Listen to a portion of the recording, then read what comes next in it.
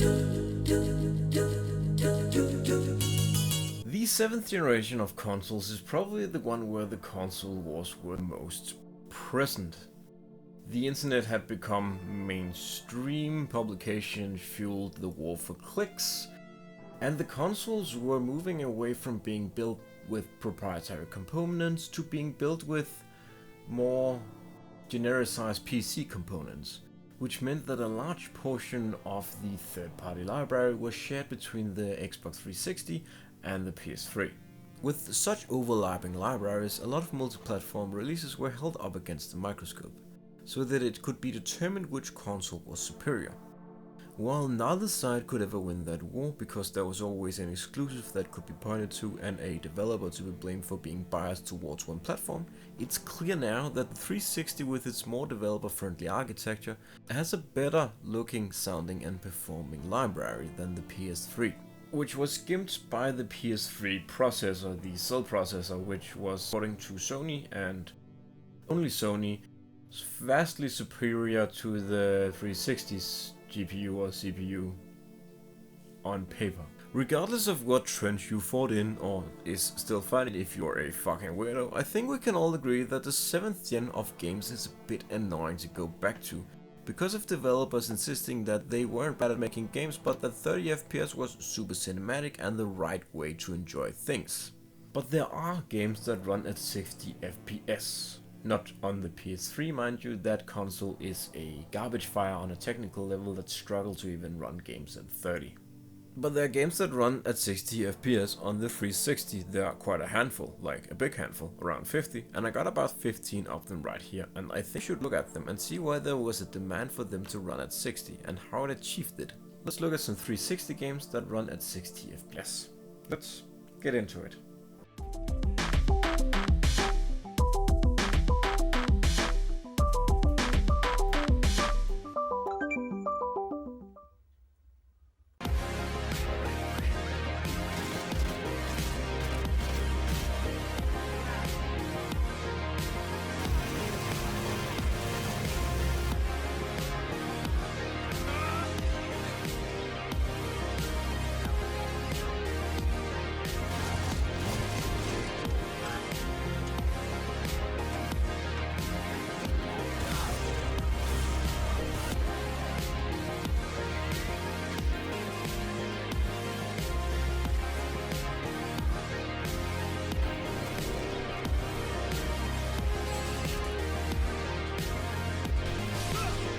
Alright, so 60 FPS games can kinda be neatly divided into 5 categories: the Japanese style fighting games like Ninja Gaiden and Devil May Cry, fighting games, racing games, first person shooters, and the outliers.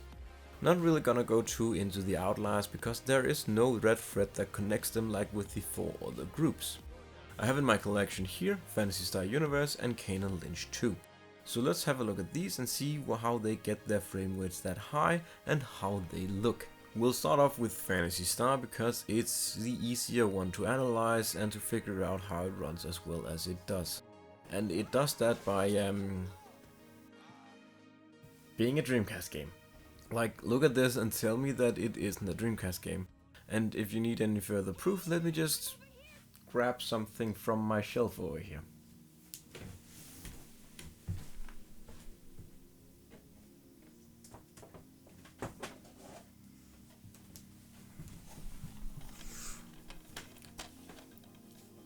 It's literally just a 6th gen game uprest for the 7th gen of consoles, and that's not a bad thing. I think the simplistic and clean and semi-shell shaded visuals look great and even hold up today. And I played this for a while actually, just because it made me nostalgic for the twilight years of Sega and that look that Dreamcast games had. Kane & Lynch, on the other hand, is a bit harder to figure out. It's a fairly ambitious looking game. The locations are pretty huge, lots of interactable environments, lots of enemies on screen at once, and lots of effects. And on top of that, it doesn't feature any loading screens in the pure sense. The story will between levels continue as the lead characters have conversations during these interludes while the game loads in the next level. It's all really impressive. Halfway through the first level I figured it out. The game was heavily criticized for its strange found footage filter, even though the camera is actually not a character. and when I examined it I could see that it was hiding some lower res than normal textures. And the vomit camera that the game received even more criticism for, yeah, that's actually there to mask that the player character moves extremely slow, even when sprinting. The screen just shakes violently and lets him move a tiny bit faster, but it's not really a sprint. It would be the equivalent to me being like, oh yes, this is so fucking dramatic, aren't you drama? Are you fucking drama? Isn't this this is fucking drama, this is so drama, right? The game is technically impressive, but it's unfortunately not very pleasant to play. It's actually straight up unpleasant, so let's get a move on and look at some racing games instead.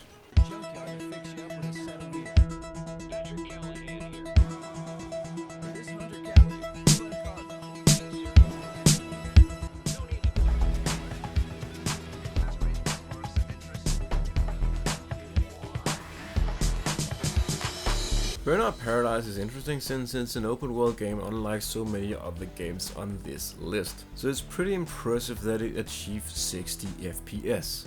In Burnout Paradise you drive around Paradise City, discover jump, shortcuts and engage in races that you start from light crossings. How it achieves a constant FPS is that it down throttles the player's movement during the free roaming parts of the game where there are more vehicles in the city. When transitioning to a race, it drops down to 30 FPS while the race loads, and during this, it dumps all the NPCs on the road and mostly empties out the city. And the only time you're gonna see random traffic that isn't a part of the race is when you're in the lead and there are no other racers in front of you.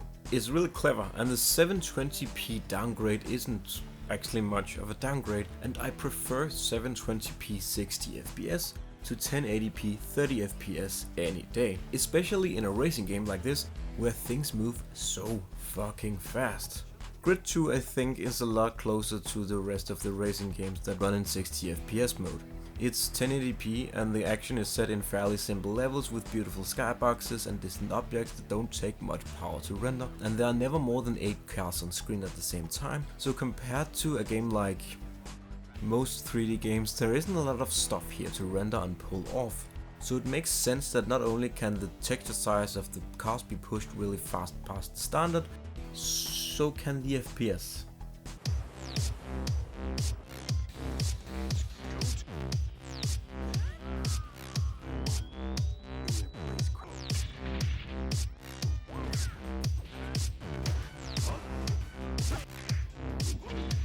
And that's more or less also the case with fighting games. Super Street Fighter 4 is very simplistic, and I imagine it is that way on purpose so that the FPS will stay at a rock hard 60 to meet the demands of the competitive multiplayer scene. Virtua Fighter 5 has a bit more going on for it in the visual department. The characters are more detailed and it's not strictly a 2D fighter, and features larger levels and even more moving elements like the people in the background. However, if we zoom in on them, we can see that they are extremely low poly so that they take up as little memory as possible. Dead or Alive brings a little more to the table, like destructible environments, multiple screen transitions during fights, a faster paced fighting speed and of course, the real-time jiggle physics.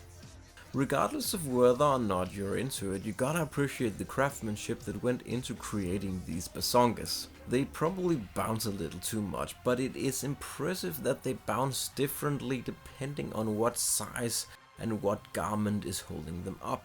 And I imagine it has to take a fair bit of computing power to calculate these honkers, especially if there are multiple pairs on screen at the same time. But generally I'm not super impressed with these 60 FPS fighting games, but I think it's largely due to the fact that fighting games have always run this well, and while racing games have as well, I'm probably just thinking that it's more impressive with racing games because I'm used to seeing the driving in GTA which runs at 30 FPS, and it's nice to play a racing game at 60 and have those extra frames. And it's because it really makes a difference when you're trying to do those hairpin turns, I believe they're called in English.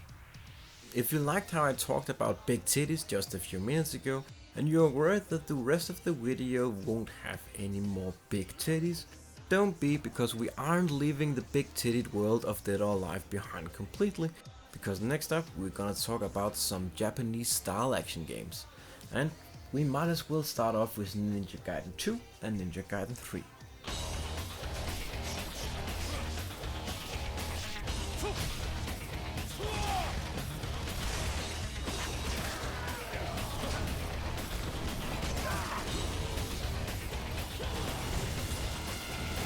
Ninja Gaiden 2 and Ninja Gaiden 3, Dante's Inferno, Devil May Cry, they all more or less achieved their 60 FPS the same way. The action is a bit pulled out so that the textures can be a bit lower res, especially the background things. There aren't a lot of items on screen or a lot of enemies, and the levels are fairly closed off and geometrically quite simple, and even though it looks like you're fighting hundreds of enemies, you're actually just fighting 8 at a time, and reinforcements jump into the action every time one on-screen dies.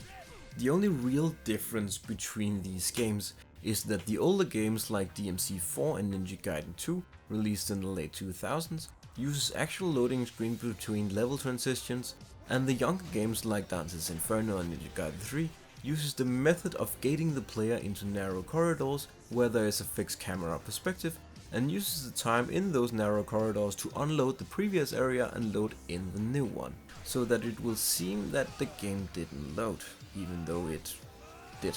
However, in Ninja Gaiden's 3 case it's kind of impressive because it does it in only 2 seconds when you slide into the narrow passage very quickly.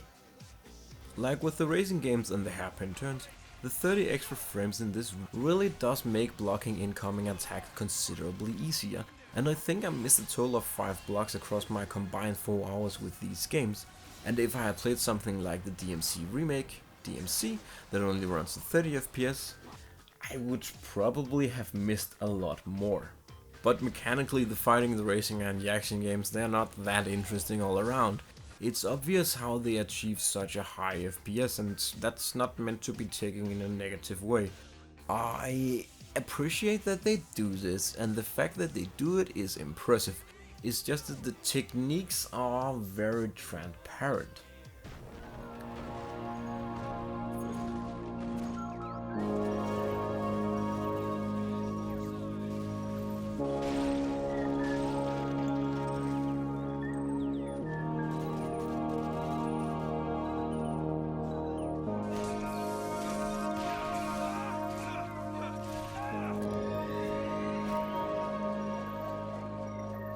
First-person shooters, on the other hand, that is a completely different bag. Sure, it uses the exact same tricks, but it hides them so well, and it really pushes the limits of what can be done with these methods. Like action games have clearly defined arenas for fighting and narrow passages to facilitate the unload of the previous area and the loading in of the next area. While games like Bioshock, Modern Warfare and Rage do this as well, the arenas are so much bigger, and there is so much more going on in them, and they feature quite a lot of clutter, action and effects. And they feature narrow passages like those games, but instead of being a literal narrow passage, it can be a tunnel in Bioshock 1 that explodes and shakes the screen, disguising a loading screen, or in Bioshock 2 where you fall through a floor and into water, and when you hit it, the game slows down to about 8 FPS, disguises it with bubbles and screen effects, and unloads the above area and loads in the one you're in now. Or more obviously in Bioshock Infinite, where you are literally waiting for the level to appear, because it's a flying object that floats majestically towards you. Rage, however, I can't really explain that, or parts of Modern Warfare either for that matter. I think these games might just have been so insanely well optimized that it allows them to feature more objects on screen than their contemporaries. However, Rage is an open world RPG that features big sprawling levels full of enemies and has extremely fast moving vehicles, and you blaze across the game's canyon so fucking fast, and there's only a very short loading screen in between the overworld and entering a settlement and vice versa. And I don't really got an explanation for how it does that, because it shouldn't be able to on the hardware it's running on. Sure, I sometimes caught the game not loading in an object quick enough if I turned 180 degrees really fast. So I'm guessing that it somehow unloads and loads the textures in the game in real time and displays everything behind the player as a mushy, low poly and low textured mess. But still, it's really fucking impressive, and the gold medal for the most impressive game on the 360, if there was one, would absolutely go to this game. No fucking contest.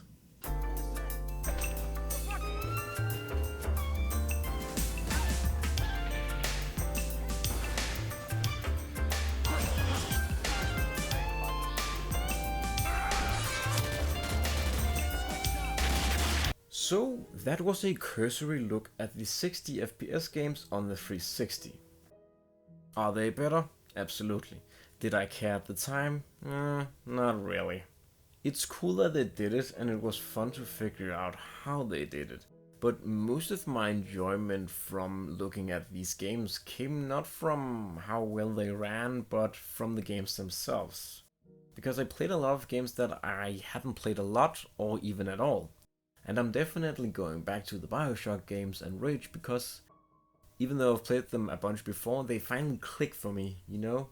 And now I'm hyped for them. But that's how I feel. How do you feel? Do you even care that there are games on the 7th gen that run at 60 FPS? Tell me down below, or on Twitter, or on the Discord. There are links down in the description, along with a link to a complete list of 60 FPS 360 games. Until next time, bye bye.